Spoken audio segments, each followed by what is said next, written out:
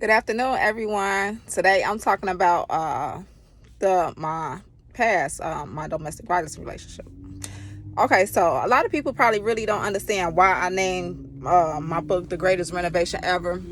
I am very good at giving analogies, and to compare situations, places, or things to describe the other. So it's called the greatest renovation ever. And that goes to show you that everything that you do is not in vain. Everything that you do in life is for a reason, because I still never understood why I had got into real estate at the time.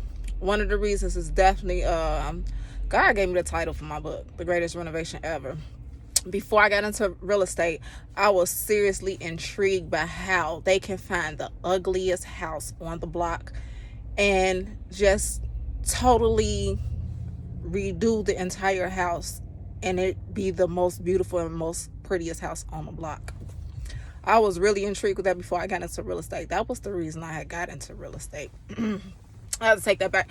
I was thinking I had got into real estate at first because of the safe havens that God had downloaded into me, but it wasn't that. I was already interested in real estate before that. But anyway, the reason why I called it the greatest renovation ever is because the same way these houses have to go through a transition, have to go through being gutted out and redone in order to be livable, it's the same way that our bodies have to go through a renovation. Our bodies, we need to renovate them outside and inside. Have is necessary to carry us through our journey. And I see that I was so intrigued by it because I didn't know that I was going to end up going through my own personal renovation, which we all need to go through personal renovations. We can't stay the same the entire duration of our life. We have to do some type of transition at some point in our life. And I was going through my own renovation because I had to, like I said in the last video, I had to remove everything. I had to extract everything that was not of God out of me in order to receive more from him, because you can't receive anything when you have a build up of things on the inside. You can't receive from God properly. You have to be able to remove things like when we grow up, we are picking up our parents' habits. We are picking up our parents' ways. We are picking up our environment's habits and our environment's ways. And we have to understand that a lot of that stuff that we pick up when we're kids don't belong to us. It don't belong to us. And my identity was lost for a long time. So I had to start shedding off things that I knew was not me. I had to start removing a lot of stuff. And now about my book. Now, I attempted to write my book on 3 different occasions before I actually was able to sit down and write it. I knew that I was ready to sit down and write it when I was ready to be raw and go into full detail about everything that I experienced that hurt me, that caused me pain. Before, when I was trying to write it, I was trying to save face with a lot of people. I didn't want to go into full detail or drag anybody else into it because I was trying to look out for their best interest. But at the same time, I wasn't looking out for my best interest, because this is what writing this book was my outlet to help me heal. So I knew that I was ready to write the book when I sat down and I was ready to tell everything. I was ready to tell every detail, everything that I felt caused me pain, everything I felt hurt me in my life from childhood on up. And it starts in childhood. Sometimes people probably end up in a domestic violence relationship just by their choice or whatever. But I know mine started in childhood because I didn't have I grew up in a 2-parent household, but I didn't have the expression of love within the house. Like my parents didn't know how to hug me, show me, tell me they love me often. And the presence of God was missing in the household, and it was something else. But these things, they were the underlying factors. They was the underlying issues of me ended up making that choice of ended up in that relationship like I did, because I was looking for love. I didn't know what love looked like. I didn't know what love felt like. So if somebody told me they loved me at that time, I believed it. And as far as the abuse went, I did not witness my parents fighting. I didn't even witness my parents arguing when I was growing up. I didn't see any of that. So it was foreign to me. I didn't know how to explain to my parents that I was being hit at the time. And it started when I was 16. It lasted from the age of 16 till I was 25. So when it started at 16, what it did was it diminished my spirit. It's like your outer shell still grows. You know, your human form still grows, but he was crushing my spirit. Like my that 16-year-old girl, she actually became encaged. She became encaged throughout that duration. She was trapped inside. She was trapped inside. And after the relationship ended, I used to tell my story to, talk about my story to a lot of strangers. I didn't speak about it much to the people who were, involved, my kids or my parents, because nobody really wanted to talk about it. Like it kind of got swept under the rug, because everybody felt like it was over. Everything's fine. I never processed any of it. I never dealt with the situation. So when I was telling my story to strangers, I thought it was just me speaking my story. After writing the book, I really came to find out it was that 16-year-old girl that was trapped inside of me, trying to break free. Like, when certain things happen at a certain point in our life, a lot of times we put that part of our life off to the side of the road and we keep on going. We just keep on adding stuff into the baggage without opening up that baggage and pulling things out. And I was just steady going through life thinking I was fine. And I wasn't fine, because I went through depression. I've had suicidal thoughts. I attempted suicide once. Took a whole bottle of pills, which landed me in a hospital. It landed me in a a psych ward. Put it that way. It landed me on a psych ward for a few days, until I came to the realization that I'm not supposed to be there. Like, I was on the phone calling everybody, like, y'all gotta call up here and get me up out of here. Like, I'm not supposed to be here. That wasn't my last attempt at suicide. When I lost everything in Georgia, I had 2 loaded guns sitting next to me on a table. Literally. I was so tired of life. I was so tired of going through everything that I had went through.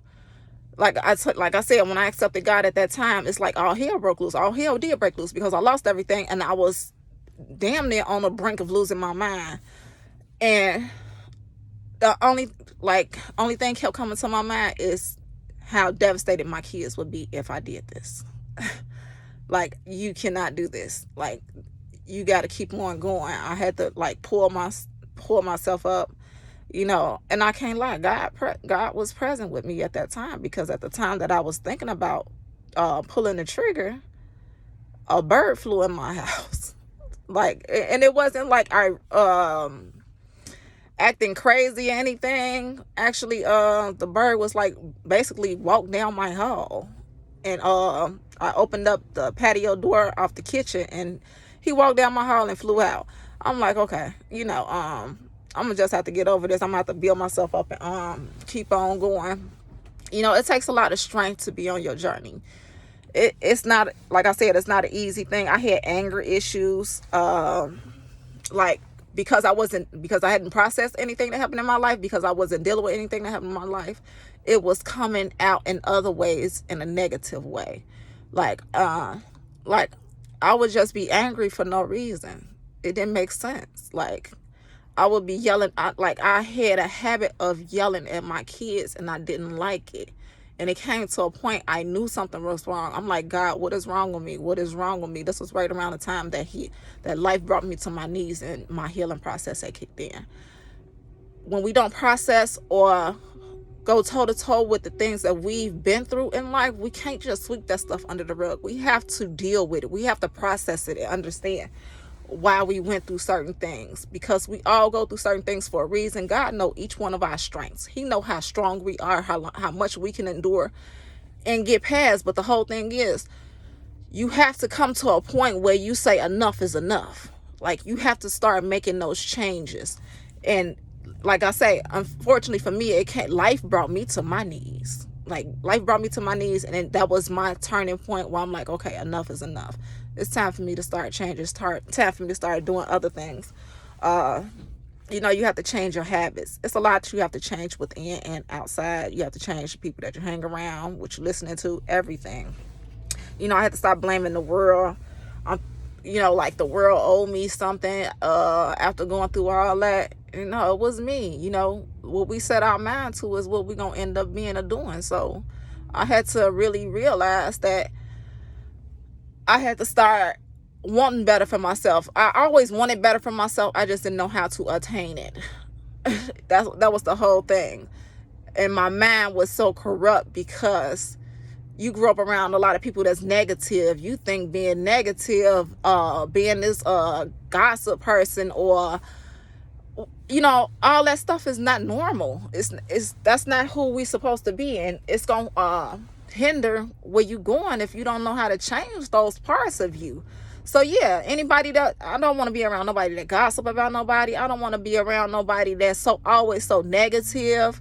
Like, if you're not trying to come up with a solution to your problem, then I mean, ain't nothing else. I can't do nothing with you. Like, you have to really y'all have to forgive me. I'm looking down because I did write notes of key points of what I wanted to touch base on. But until you can be courageous enough to tell the raw truth about your story, your life, what you've been through, can't nobody tell your story the way you do. That's why you went through it. That's your story to tell. And until you're ready to tell the raw truth and get into details about what happened to you, you are not ready for your healing. That's when your healing gonna come. When you ready to tell everything. When you not gonna allow nobody opinion about what you've been through affect what you say, affect what you do. That's when you ready to do what you ready. That's when you ready to do what you're supposed to do. You want to heal? Be ready to tell everything that you've been through. I don't care what nobody say. I don't care what nobody opinion is, because can't nobody walk in my shoe. Can't nobody even begin to live what I've lived through. And you have to feel the same way. Like, you can't nobody else right,